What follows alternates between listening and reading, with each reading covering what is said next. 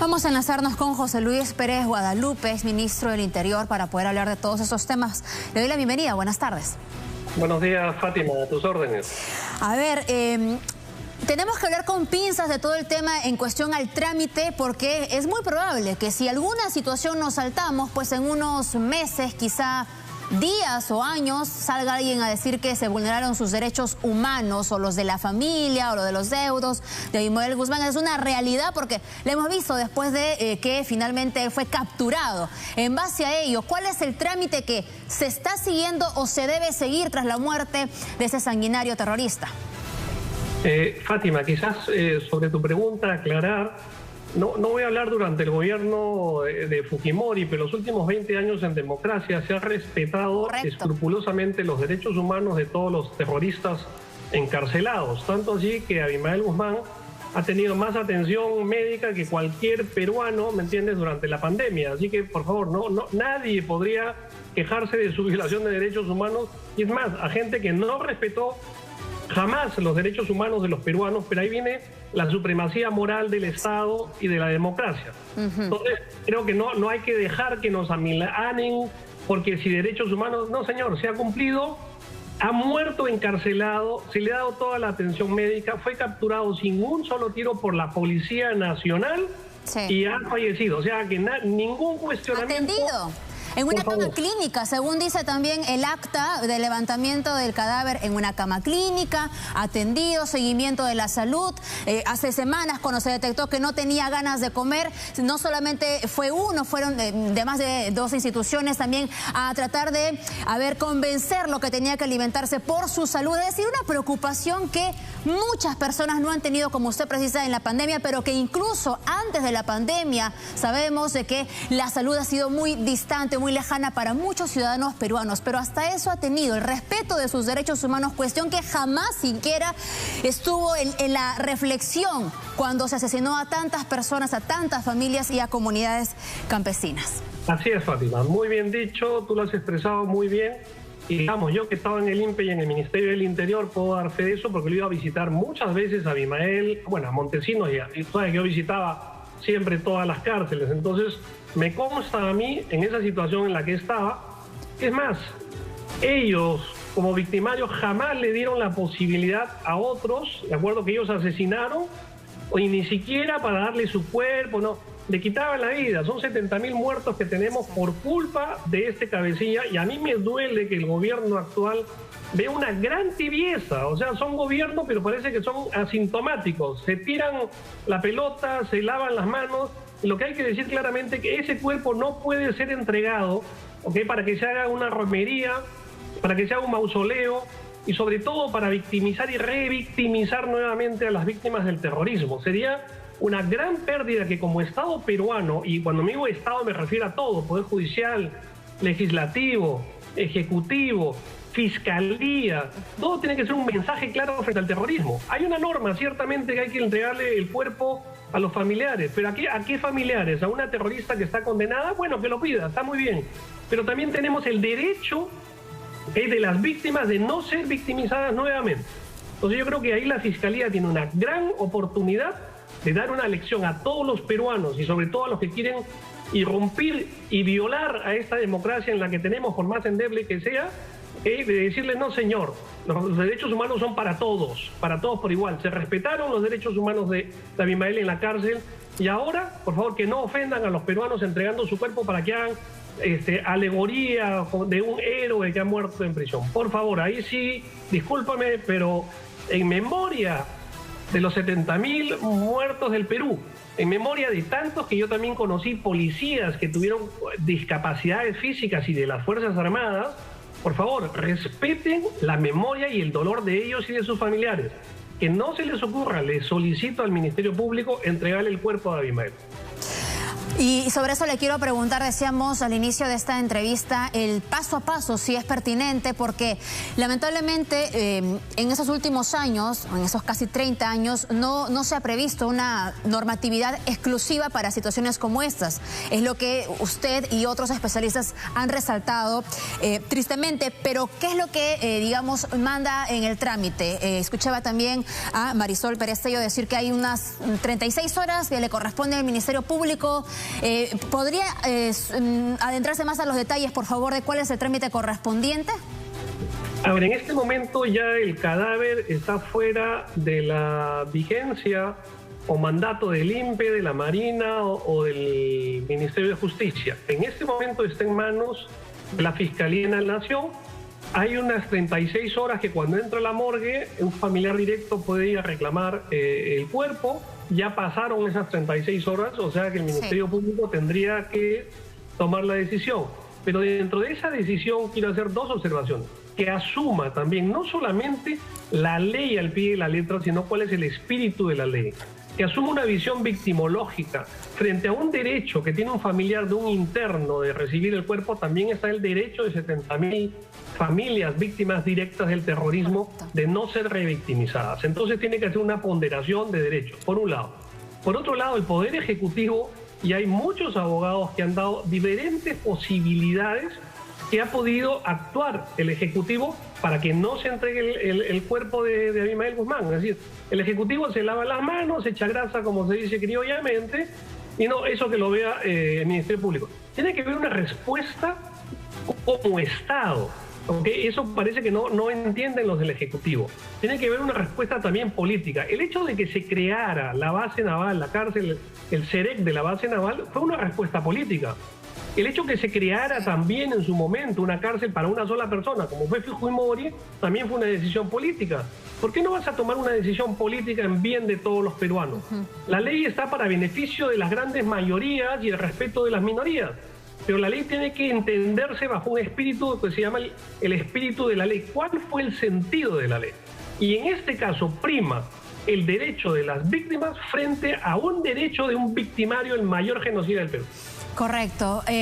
Lo que nos queda claro en todo caso ahora es que ya queda todo esto dentro del fuero del Ministerio Público. No hay ya ninguna institución que, digamos, legalmente tenga que intervenir en la decisión sobre los restos de Abimael Guzmán. A ver, yo sé que el legislativo está planteando también un tema, a veces un cambio de normatividad que sí se aplicaría. Ojo, muchos dicen no puede ser retroactiva. La ley penal no es retroactiva. Entonces, cuando un interno va y pide beneficios penitenciarios, rige los beneficios que están en ese momento que lo pide, no los beneficios penitenciarios que estuvieron cuando cometió el delito. Por favor, hay que diferenciar. El Ejecutivo también ha sugerido, Nakazaki y otros abogados, que podía sacar una resolución suprema por este caso concreto, porque tienes que poner primero la seguridad nacional y también se puede revertir esto. Entonces, yo creo que ha habido maneras y todavía hay maneras como Estado de tener una respuesta positiva para no entrar en una escalada mayor de violencia y, repito, para no faltarles el respeto a las víctimas de nuestro país. Estamos, y eso quizá sea un poco complejo, pero es importante ir aclarando o dando algunos conceptos para comprender cuál es la actitud o el accionar que tiene que tener o ejecutar también desde el Ejecutivo, desde el Ministerio Público. Ya no hablamos de una persona, son los restos, es decir, ya no es, digamos, una persona con derechos. Es el cadáver de un sanguinario terrorista. Aquí se tiene que, en todo caso, digamos, poner en una balanza los derechos quizá de los deudos de una persona que también está condenada y que ahora mismo no puede salir y ejercer alguna solicitud formal como era parte del requerimiento. O también los derechos o los derechos, sí, pues de las víctimas, pero también del país. O sea, ¿qué vamos a cautelar? ¿Qué tenemos que evitar? Es así más o menos el trabajo que se tiene que hacer. En mi opinión sí, Fátima, porque si bien le asiste a la familia de un interno que ha muerto en un penal pedir el cadáver, y eso es lo que está haciendo, pero todavía no ha cumplido los requisitos porque ahora le está encomendando a otra terrorista condenada, y por eso puedo decir terrorista, que salió hace a que recoja el cadáver. pero no estamos hablando de cualquier interno, o sea, esa norma es una norma general, pero siempre hay que ver lo que se llama, frente a otros derechos de otros actores, lo que en derecho se llama la ponderación de derechos. ¿Quién tiene, entre comillas, o cuál pesa más? Exacto. El derecho de más de 70.000 víctimas a no ser revictimizadas, ¿ok? O el derecho de una persona encarcelada, condenada, para pedir el cuerpo y ya sabemos para lo que va a hacer. O sea, no es que lo va a enterrar. Y han habido en otros países, inclusive cuando se ha entregado el cuerpo, ha habido, que también podría ser una posibilidad, te lo doy, pero lo entierras y nunca dices dónde y si el momento, y con otro nombre, y si tú, digamos, no respetas eso, inmediatamente el Estado saca el cuerpo. Es una posibilidad. Lo que tendrían que hacer, en mi opinión, y ver la manera legal para hacerlo, es, bajo un criterio victimológico y estrictamente legal, plantear incinerar el cuerpo, y vamos a ver, porque también si le das las cenizas van a hacer exactamente lo mismo. Sí. Lo único que digo es que no contaminen el mar de Grau. No contaminen el mar de Grau tirando sus cenizas al mar. Lo único que pediría. ¿A dónde? Donde sea. Que haya una certificación, un notario que diga estas son las cenizas, se está poniendo en tal parte, interesa menos, creo yo, eso, ¿ok? Que se diga, y ya se esparcieron por aquí y se acabó. Certificado notarialmente, punto, donde se pueda garantizar. Pero repito, no darle ni siquiera las cenizas, ¿ok?, al terrorismo. Y creo que ahí le ha faltado firmeza al Ejecutivo para plantear, para tener creatividad para evitar un daño mayor. Pero parece que, ya digo, las declaraciones del señor Bellido, cuando le preguntan por el terrorismo, no sé si las escuchaste, Fátima, sí, institucionalmente rechazamos los actos terroristas. O sea, ni siquiera puede pronunciar el terrorismo. Y dice, y menciona las esterilizaciones forzadas. O sea, vas a poner al mismo nivel a Abimael Guzmán con 70.000 muertos, con otro hecho totalmente censurable, ¿ok?, del gobierno de Fujimori. No lo puedes poner al mismo nivel. No sé si me dejo entender. O sea, pero como que distraes la atención para no criticar a Abimael y pones este ejemplo totalmente condenable también de la época de la dictadura Fujimori. Toda la razón, totalmente condenable también, pero cuando se hacen preguntas respecto a los hechos terroristas de Sendero Luminoso, de Abimael Guzmán como cabecilla, siempre se busca esa comparación, que no suena muy prudente, dado todo lo que estamos ahora nuevamente recordando y ante la amenaza que también estamos viviendo, porque hace unos meses también tuvimos una tragedia en Vizcatán del N y eso no hay que olvidarlo. Es decir, no se ha acabado la tarea, hay mucho todavía por trabajar. Ahora hay que recordar también que en medio de esta noticia del fallecimiento de Abimael Guzmán, precisamente también el Eleni Parraguirre cometió faltas dentro del cumplimiento que tendría que haber tenido por su sentencia, y por eso ha sido derivada a una cárcel de máxima seguridad ahora mismo. Lo que nos va quedando claro de esta conversación, y es importante resaltar, es que una normatividad o una ley que se pueda ahora mismo tomar desde el legislativo, desde el legislativo, y que tendrá además que ser también apoyada por el Ejecutivo para el cumplimiento, no tendría ningún problema en cumplirse, porque los efectos retroactivos que se limitan en la ley penal, en este caso, pues no limitan. Así es, Fátima, y quisiera hacer una aclaración, porque ayer en un programa dominical, El Quinto Poder, se dijo equivocadamente que habían sacado a Elena, a la camarada Miriam, de la base naval para ponerlo en un penal. Por favor, eso ha habido limpio un comunicado claro. La camarada Miriam está en un penal de mínima seguridad, en un pabellón de mínima seguridad, porque es el grado que le toca después de tantos años sin haber cometido faltas, y el sistema peruano es progresivo.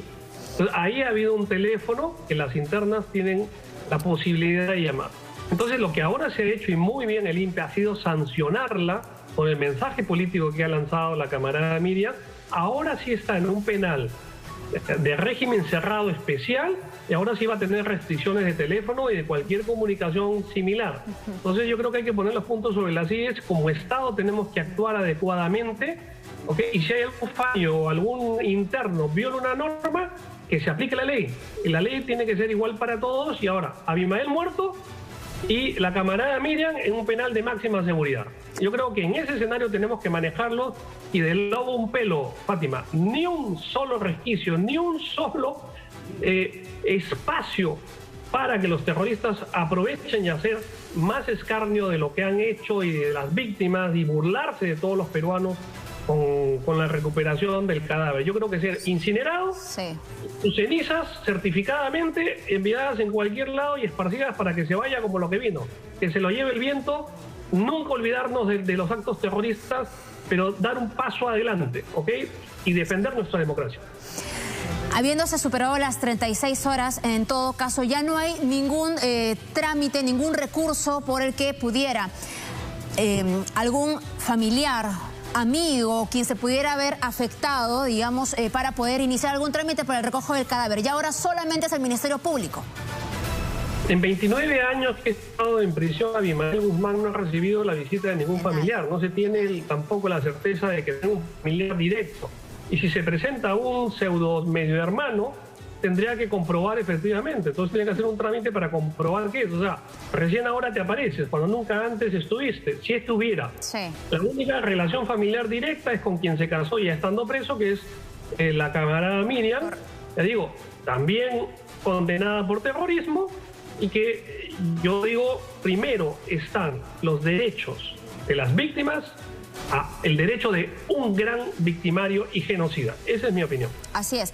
Y no se ha quedado claro además. Pero yo le quería preguntar por el límite. Ya se acabaron, digamos, ya se acabó el plazo para presentar cualquier recurso. Eso, digamos, para entender entonces o preguntarle ahora mismo cuánto plazo tiene el Ministerio Público para disponer de estos restos. Lo puede hacer inmediatamente, pero creo que ha llamado una sesión el día de mañana para definir un tema con la camarada Miriam, si no me equivoco. Yo supongo que estarán esperando a esa llamada para tomar la decisión, pero quiero llamar la atención de algo también, porque para no ser más papistas que el Papa. Hace 2 años, un poco menos, Abimael Guzmán lanzó una denuncia ante Fiscalía sobre su violación de derechos humanos y todo lo demás. La Fiscalía lo que hizo fue llamar a los presidentes del INPE de los últimos 30 años. Y tuvimos que ir a Fiscalía justo viendo la pandemia. O sea, por una acusación del mayor genocida del país, la Fiscalía se toma el trabajo de entrevistarlo. Y yo dije, ¿cuál es la acusación? Le dije a la fiscal. ¿Qué ha dicho de mí? ¿Qué delito he cometido contra él? No, ninguno, porque ni siquiera lo menciona. Entonces, ¿para qué me cita? No, estamos citando a todos. O sea, frente a la denuncia del mayor genocida del país, el Ministerio Público se toma la molestia de entrevistar y llamar a todos los jefes del INPE los últimos 30 años. O sea, ¿qué privilegio tiene este terrorista frente a la denuncia que hace cualquier ciudadano por un robo o inclusive las denuncias que hubo de actos terroristas? O sea, yo creo que estamos desenfocando el tema, darle más valor. Porque ¿qué van a decir a nivel internacional, violación de derechos? No ha habido ninguno, señor. Más bien lo que sigue habiendo, si es que se le dé el cadáver, es violación de los derechos humanos de la mayoría del país. De hecho, lo que es cierto es que la grandeza de la democracia pasa justamente porque se respetan los derechos humanos, porque vivimos respetando una constitución. Pero al cualquier ciudadano, cuando estableces una denuncia, te preguntan bajo qué hechos, ¿no? Y se tipifica por lo menos el delito de forma preliminar cuando se inicia una indagación también en sede fiscal. Usted nos hablaba de una reunión de mañana, por favor. ¿Qué es lo que faltaría afinar allí? Mencionó que se tenía también que terminar algunos trámites. La Fiscalía de la Nación, la Fiscalía ha sacado un comunicado ayer indicando que negaban el habeas corpus, pero que se había planteado una citación mañana para definir no sé qué tema, si no me equivoco, con la camarada Miriam. Eso está en manos ahorita de la Fiscalía, ¿no es cierto? Hay una citación para mañana. Y yo creo que también, si hubiese mañana una situación, el día de hoy el Congreso tendría que sacar una ley y puede hacerlo. Y sería necesario sacar cuanto antes una ley, porque, repito, ese tipo de beneficios penitenciarios son efectivos en el momento en que tú los solicitas, en el momento en que se define. En este caso tiene que definir el Ministerio Público. No es como en el derecho penal, que no hay retroactividad. Más que lo positivo, ¿no es cierto? Entonces yo creo que, ya que el Ejecutivo no va a mover ninguna ficha para la defensa de todos los peruanos, por lo menos que el Legislativo se ponga las pilas, y ya digo, y sobre todo el Ministerio Público, que ahorita está en sus manos, que tenga una visión victimológica del tema. Nos puede dar una excelente cátedra de victimología el Ministerio Público a todos los peruanos, ¿ok? Privilegiando el dolor, la falta, la pena de todas las víctimas del terrorismo. Que el Estado está en la obligación de resarcir esa pena y no más bien agravarla. Nos mencionó usted que la reunión de mañana también requería un diálogo, una llamada con Elena Iparraguirre. ¿Qué es lo que faltaría consultar o qué es lo que faltaría concluir, no sé, para poder terminar, digamos, con ese trámite? Porque ya presentó también un habeas corpus, ya presentó una solicitud, se le ha negado. Entonces, quisiéramos saber un poco algún detalle que se maneje sobre esta llamada que se necesitaría hacer. No tengo mayor información, esto lo tendría que contestar la Fiscalía. En mi opinión, no hay nada más que preguntar. Ha sido un pedido que ha llegado al Ministerio Público de una tercera persona, en lo cual ni siquiera hay una firma legalizada, no ha habido un trámite notarial.